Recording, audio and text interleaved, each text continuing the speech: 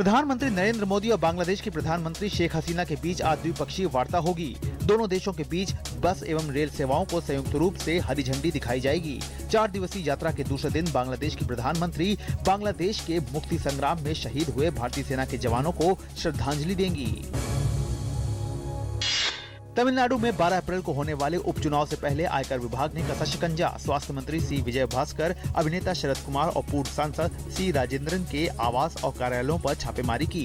इसके अलावा विजय भास्कर के रिश्तेदारों के घर पर भी छापे मारे गए।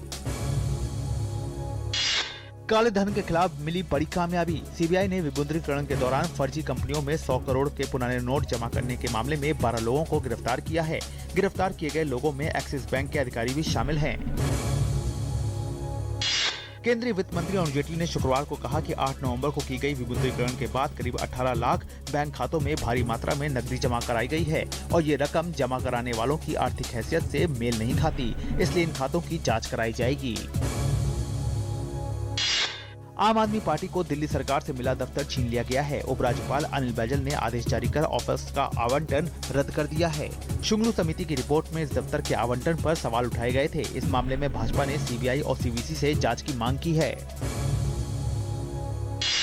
कश्मीर घाटी में बारिश बंद होने के बाद नदियों का जलस्तर कम होने से बाढ़ का खतरा कम हो गया है। बाढ़ और बारिश से बेहाल जम्मू और कश्मीर में एक बार फिर सेना के जवान बाढ़ प्रभावित इलाकों में राहत ऑपरेशन चला रहे हैं। केंद्र सरकार ने मुख्यमंत्री मुफ्ती से बात कर केंद्र की तरफ से हर संभव मदद का भरोसा दिया है। इस बीच फंसे हुए लोगों को बचाने के लिए सेना देवदूत बनकर जुटी हुई है। एयर इंडिया ने नागरिक उड्डयन मंत्रालय को पत्र लिखकर माफी मांगने के बाद शिवसेना सांसद रवींद्र गायकवाड़ पर लगा विमान यात्रा प्रतिबंध हटा लिया है। जल्द ही मंत्रालय बनाएगा उद्दंड यात्रियों को हवाई यात्रा से प्रतिबंधित करने के लिए राष्ट्रीय नो फ्लाई सूची। साथ ही एक अन्य घटना में तृणमूल सांसद डोला सेन की वजह से एयर इंडिया की फ्लाइट 40 मिनट तक रुकी रही। दलाई लामा की मौजूदगी में आज तवांग मठ में धार्मिक कार्यक्रम का आगाज होगा। तिब्बती नेता दलाई लामा तवांग के 4 दिवसीय दौरे पर हैं।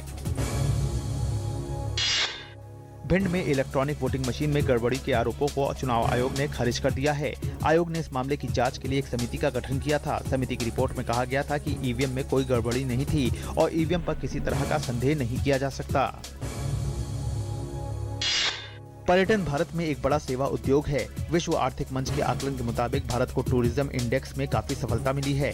साल 2017 में 12 स्थान की छलांग के साथ भारत दुनिया में 40वें स्थान पर पहुंच गया है। आयकर विभाग ने बैंकों को अपने खातेदारों के पैन जोड़ने या फॉर्म 60 उपलब्ध कराने के लिए 3 माह की मोहलत दे दी है। 5 अप्रैल को विभाग ने इसे बढ़ाकर 30 जून तक करने की अधिसूचना जारी कर दी। आयकर कानून का नियम 114B तमाम लेन देन पर पैन का उल्लेख करना अनिवार्य बनाता है। स्वीडन में हुए आतंकी हमलों में एक गिरफ्तार संदिग्ध व्यक्ति राजधानी स्टॉकहोम में एक भीड़ भरे डिपार्टमेंटल स्टोर में ट्रक लेकर घुसा। हादसे में 4 की मौत, कई लोग घायल। पीएम मोदी ने कहा, स्वीडन के लोगों के साथ है भारत। अमेरिका के राष्ट्रपति डोनाल्ड ट्रंप ने फ्लोरिडा में अपने निजी रिसोर्ट मार-ए-लागो में चीन के राष्ट्रपति शी जिनपिंग का स्वागत किया। ये दोनों नेताओं की पहली बैठक है। इस बैठक में व्यापार और उत्तर कोरिया का परमाणु कार्यक्रम चर्चा के प्रमुख बिंदु रहे। सीरिया में संदिग्ध रासायनिक हमले के खिलाफ सीरियाई सैन्य अड्डे पर अमेरिका की कार्रवाई पर संयुक्त राष्ट्र के महासचिव एंटोनियो गुटेरेस ने मौजूदा स्थिति बिगड़ने से बचने की चेतावनी दी है। गुरुवार रात अमेरिका द्वारा की गई सैन्य कार्रवाई का ब्रिटेन, ऑस्ट्रेलिया और जापान ने समर्थन किया है।